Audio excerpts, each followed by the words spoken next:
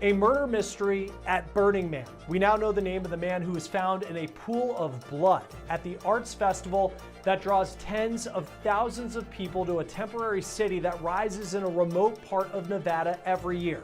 What we know about the victim and the search for answers in a shocking case of violence in the desert. We're on the case, presented by Law&Crime. I'm Chris Stewart.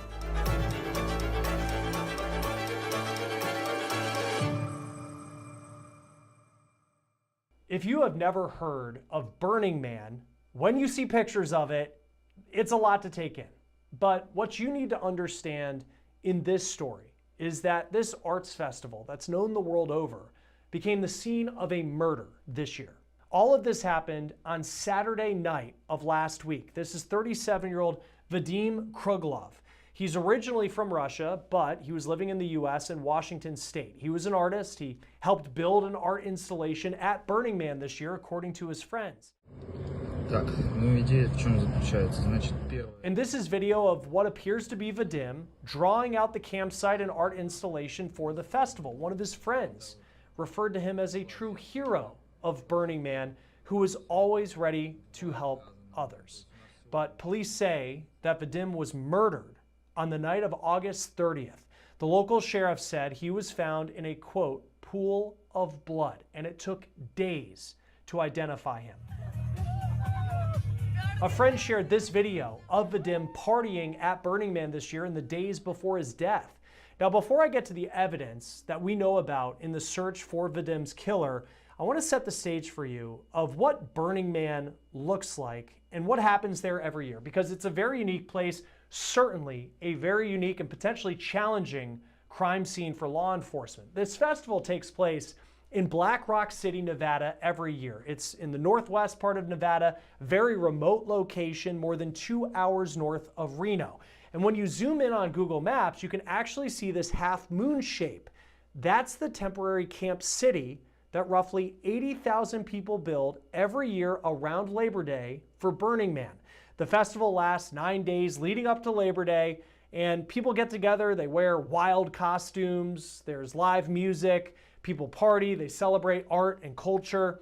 You might actually remember back in 2023, speaking of the scene that Burning Man creates, there was a storm that came through. It created a wild scene where tens of thousands of people were trapped in mud. And that cut Burning Man short. But this year, the event dealt with a much different issue, and that is the murder now of Vadim Kruglov. The climax of Burning Man every year is the burning of an art installation that is called The Man. It's set on fire. This is a picture of it from a previous event. The Pershing County, Nevada Sheriff's Office said on Saturday, August 30th, it was around 9:14 that night, right as the art installation was set on fire, deputies were waved over by festival goers who say they found Kruglov in a pool of blood on the ground. Now, at the time of this recording, we don't know how Kruglov died, but police say when they came across his body, he was, quote, obviously deceased. Now, deputies say they interviewed people in the immediate area and they gathered evidence as well as blocking off part of the camp city where the body was found. It wasn't until Wednesday night this week that law enforcement announced that Kruglov was the victim in this murder. The medical examiner said they had to identify him using fingerprints. Now, before he was identified, his friends posted pictures of him saying that they had lost sight of him, that he was missing, and they needed help finding him. That friend said he was at places at Burning Man, one called the Mayan Warrior, which this is a picture from his Facebook page. It's a moving music stage. It's a staple of the festival. She also said that he danced inside something called the Pyramid. So it does seem that Kruglov was in multiple locations the night of his death and in the hours leading up to his murder. Now, we do know that Kruglov was originally from Russia, but he was living in Washington State. We also found that he had a previous address in New York City. So it appears he was in the United States for some time. Deputies say that his family has been notified of his murder. There's a GoFundMe right now raising money to send his remains back to his hometown in Russia. Now, Burning Man Festival organizers released a statement and it said that they are cooperating with the investigation, but an interesting part of this investigation is that there's not a lot of images of the crime scene as there's barely any cell phone service in the desert where Burning Man is located. But organizers did say there are Wi-Fi spots that people can use. It will be interesting as this investigation goes on, what images and video becomes available as people leave Burning Man and then get cell phone service back. Joining us now is retired FBI agent and attorney Bobby Chacon. Thank you as always for being with us on Law and Crime. I think of this crime scene and it's this makeshift tent city. It was at night, you're in the desert, there's not a lot of cell phone service. I mean, how do you go about investigating this case in this type of environment? Yeah, it's really difficult because you have so many people involved, so many people who could be witnesses, and then, and then they all disperse after this, the concert or the event is ended. So on one hand, it looks like, wow, we may have a lot of witnesses because so many people attended this. On the other hand, these are very transient people. They're gone in a day or two. You don't know where they were.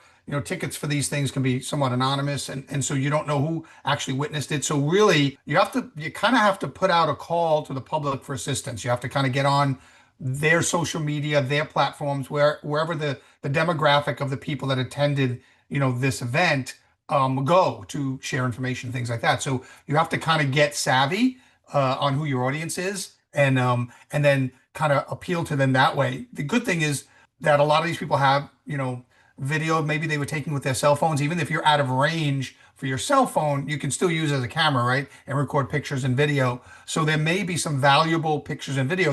We kind of already know from reporting that it seems like there is, because they have kind of identified the victim in certain places during the Burning Man event. He was here, he was there. So I would assume the only way they know that is through either an actual witness or they've seen video that put him in those places. They need more of that. They need more video to see who he was dancing with, who he was associating with, who he was drinking with, those kind of things. And while there may be an abundance of that out there, it's actually finding the people who have it, getting them to respond to you. That's the challenge. Before I get back to this episode of On the Case, which is one of the most watched shows on all of YouTube, I need to talk about our partner and sponsor, Morgan & Morgan. That is America's largest injury law firm. They have more than 1,000 attorneys and a history of winning, and they win a lot. They've recovered more than $25 billion from more than 500,000 clients. In just the past few months, a client in Florida received $12 million after the insurance company offered just $350,000. In Pennsylvania, a client was awarded $26 million. That is 40 times the insurer's $650,000 offer. And another client in Pennsylvania received $29 million after being offered only $500,000. Now, even if you don't think your case is worth millions of dollars, why not fight for what you deserve? Morgan & Morgan makes it so easy to start a claim. You can do it with just 8 clicks on your phone. So if you've been hurt and you need to start a claim, go to www.forthepeople.com/OTC. You can also scan this QR code on your screen or click the link below. In some ways, there's not a lot of cell phone service. I think there's a few like Wi-Fi spots, but then on the other end, like the entire event seems to be for like the Instagram influencer crowd. So it's like people are taking videos, they just haven't come out yet, which is kind of an interesting part of this. Not to get morbid, but that's kind of with where this story began. And it was described that this victim was in a pool of blood, and the perception of what it may be, but knowing that that is how it was described of what his body was found like, what does that tell you about the potential timeline of when this murder happened? Well, I've read that reporting and I don't know where he was found in the pool of blood. So, pool of blood often means, a traumatic injury, a blunt object beating or something like that. Or it could be, a gunshot wound. But you would think that an event like this is so crowded in such a small area that people are packed in there that, something like a gunshot or even a bludgeoning with a blunt instrument would draw attention of people around them, and so you'd have, many more people reporting this and going to the authorities and things like that. So it really does, beg the question of, and we don't have the autopsy report, the means and manner of death. Was it a knife? A knife could be used more silently to create a wound that would create a pool of blood.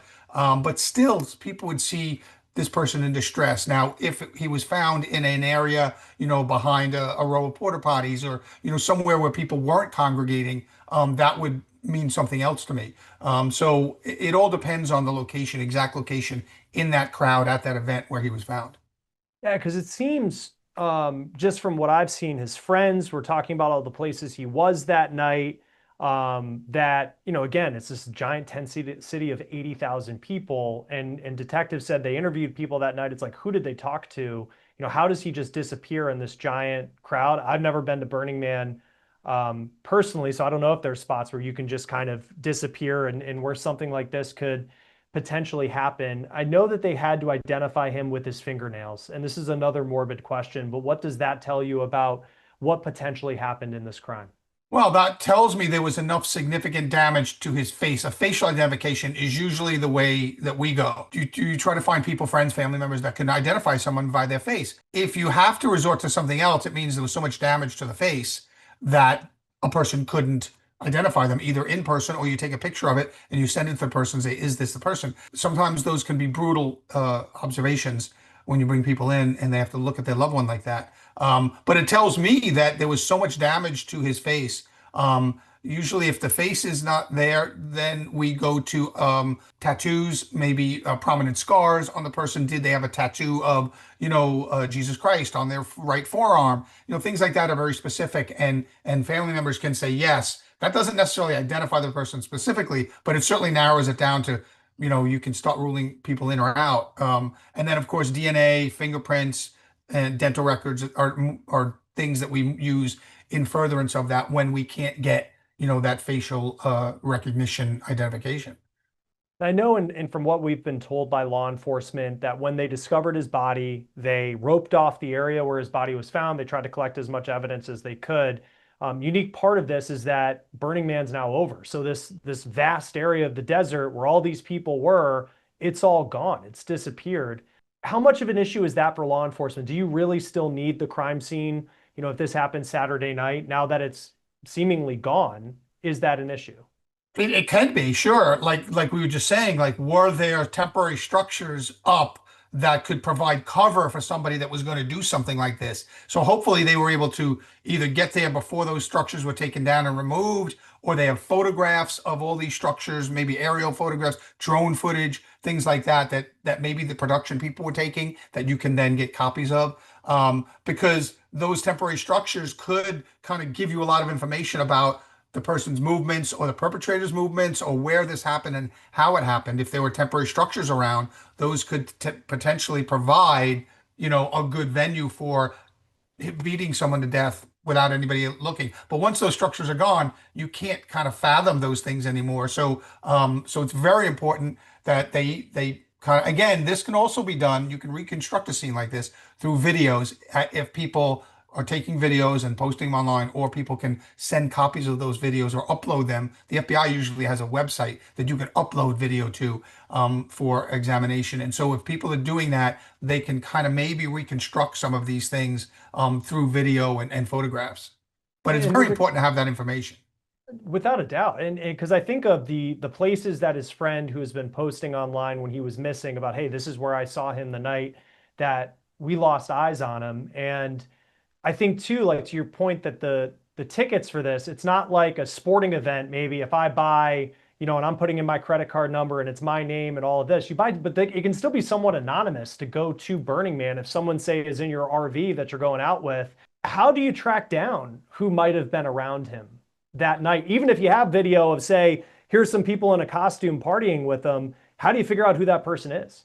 Yeah, that's a good point. And to your example, if you have, on your phone, your ticket, I know a lot of these places because I've been to some concerts recently, and it's all by video, it's all by phone, it's all on an app, and you can't even have a paper ticket. But the good thing about that is not only does it tell you who the person is, a lot of times in other venues, it tells you the seat number, the row, or the section they're in, and we can find out who is sitting around you. You don't have that here in this kind of event, and it becomes very, very difficult. Again, you have to reach out and get the public's assistance. You have to say, hey, we see him in three different places with this person with a particular mask on, and here's the mask. Does anyone know who this is wearing this mask? So not necessarily asking about the victim or even the perpetrator. You're asking about a certain person who might be a witness. And so if they do have those unique kind of costumes on or things that they're wearing, you need the public's help in identifying who they are. Now, there are probably, like you said earlier,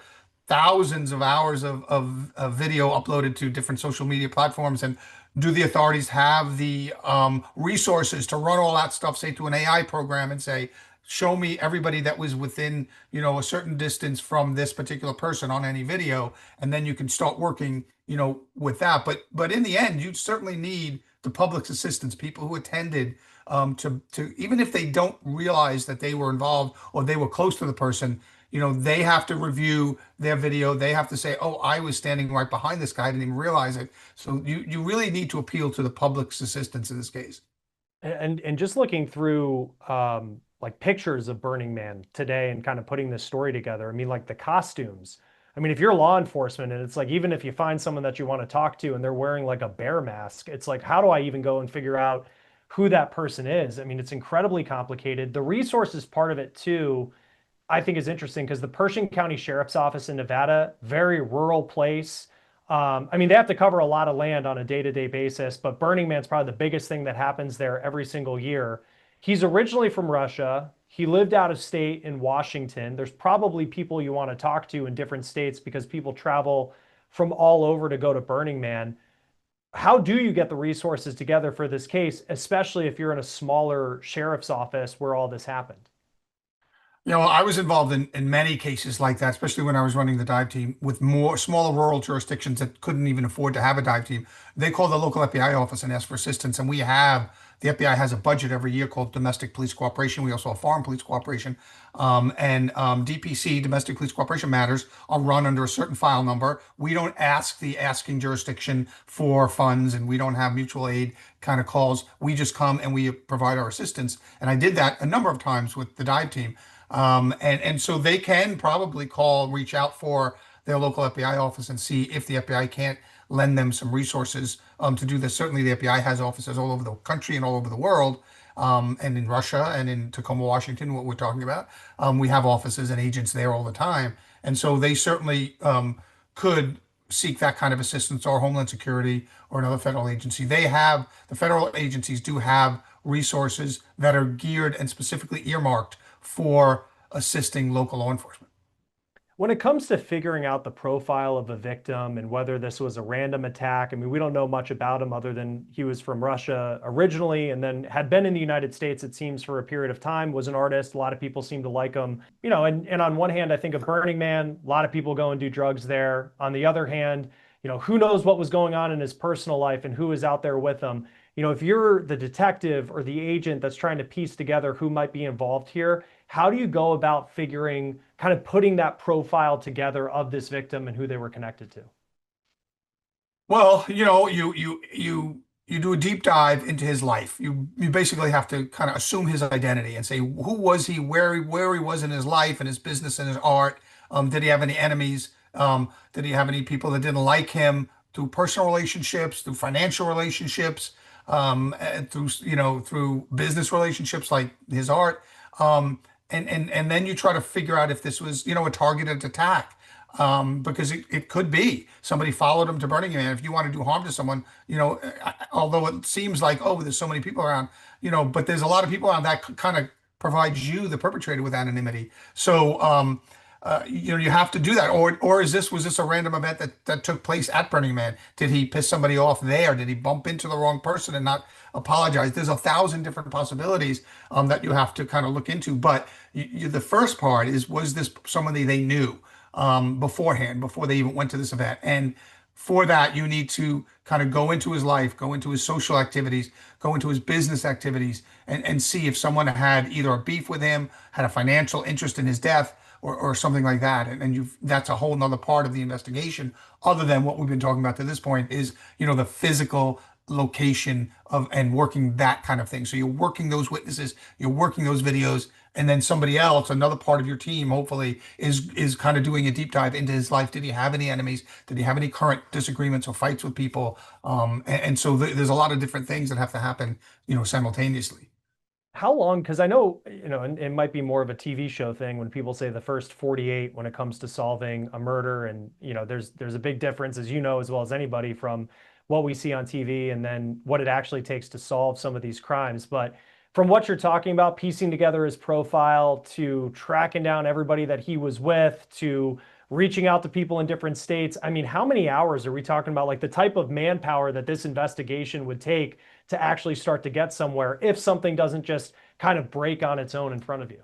Yeah, it could take a long time, and because it's so spread out, because you have to find out who your witnesses are first. I mean, and that could take a while for the reasons we described earlier. And then you have to send people to those locations. You have to find them. Identifying them is only the first step, and that's going to be difficult in itself. Then finding them is the second step. That could be difficult. And then getting them to cooperate might be a third step that's difficult. So you have to go through this process, and it takes time. You can imagine how much it's going to take to go through the videos and come up with a list of people that you want to talk to, and then find out where in the world those people are, because this is an international event.